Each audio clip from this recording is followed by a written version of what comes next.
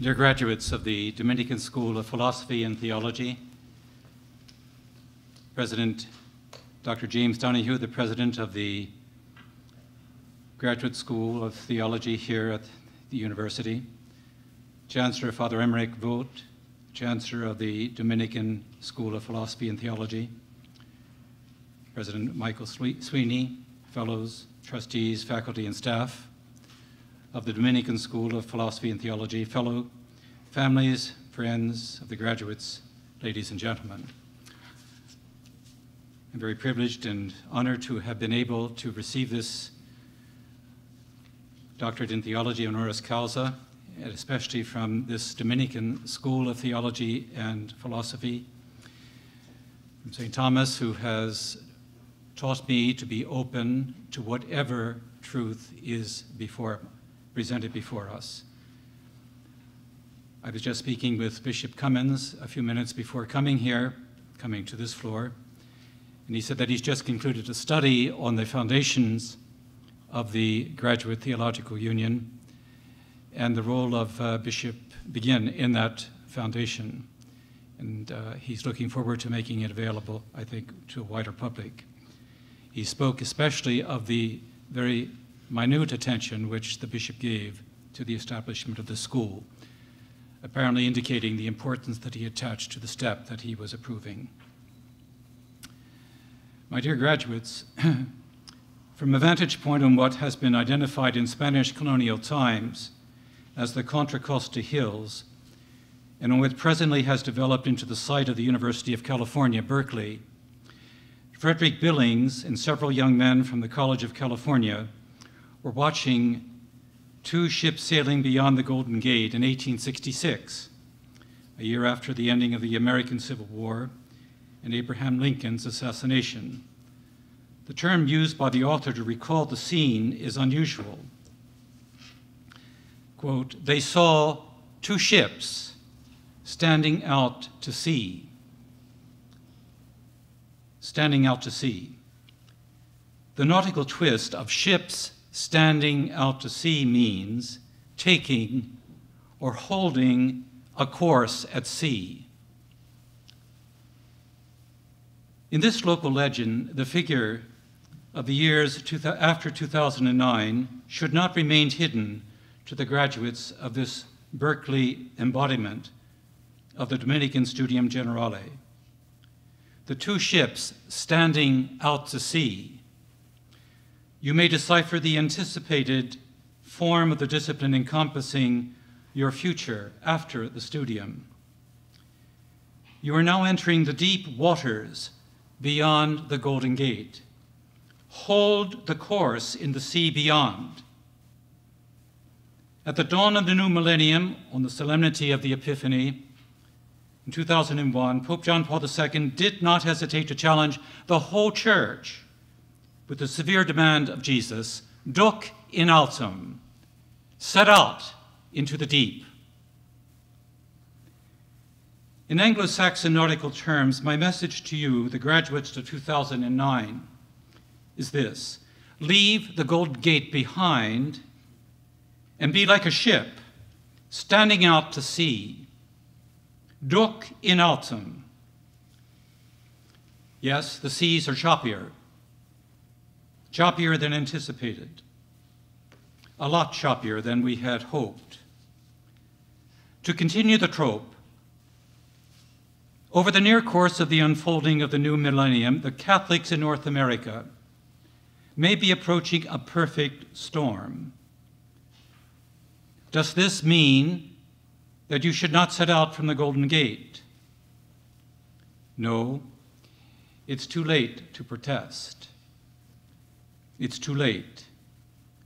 Since your baptism, you have always been launched into the deep. For the sacrament of baptism has immersed you into the perfect storm of Christ's suffering and death on the hill of the skull known in Aramaic as Golgotha and in Greek, Kronion. So, dear graduates, I congratulate you. And as I congratulate you on your accomplishments here over the past several years, I also urge you on with the evangelical sign, duc in altum, do not be afraid, set out into the deep. Only a few specific symbols encompass the constellation which defines a person and his or her world. Perhaps even only one unique sign is sufficient to identify the complex interiority where a person lives. A pair of worn, cleated shoes denoted for Van Gogh the world of the farmer-peasant. The lectern of Martin Heidegger defined the purposeful world pattern of a Weimar student's world.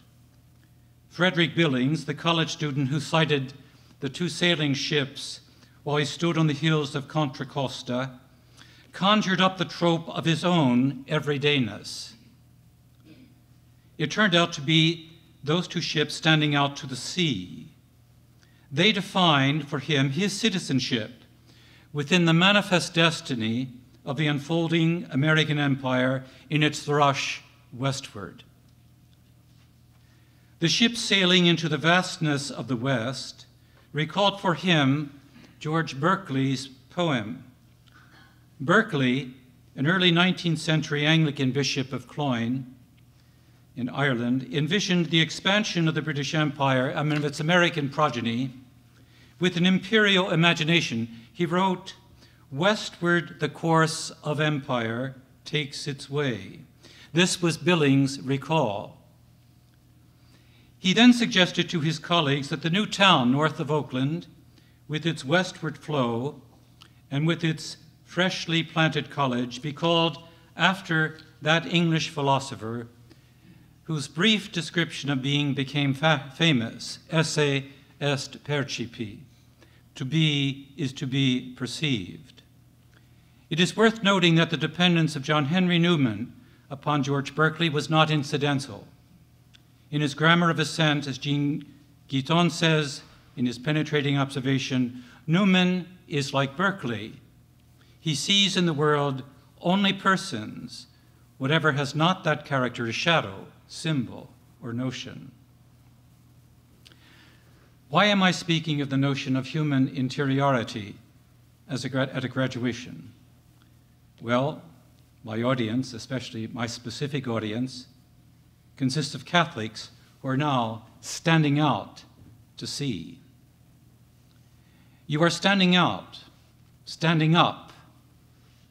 You are standing there as a self-manifestation and as a presence, a sign that appears from the depths of your faith.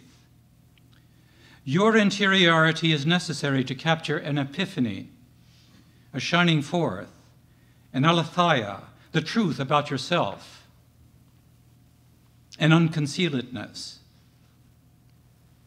From the hiddenness of your interiority emerges the beauty and the goodness and the truth of your person. Your interiority is the subjectivity necessary for that objectivity that is your self-showing, your self-giving, and your self-saying. What flares up from within appears outwardly. It emerges from the interior. The Second Vatican Council insisted on the difference that interiority makes, human interiority makes in creation.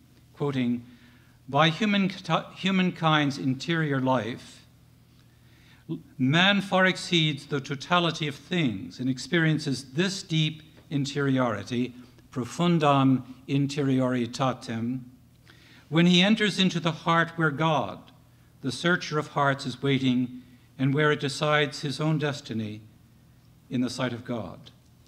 Blaise Pascal, in his magnificent Pensée 792, highlights the greatness of human interiority, quoting, "The infinite distance between body and mind is a symbol of the infinitely more infinite distance between mind and charity.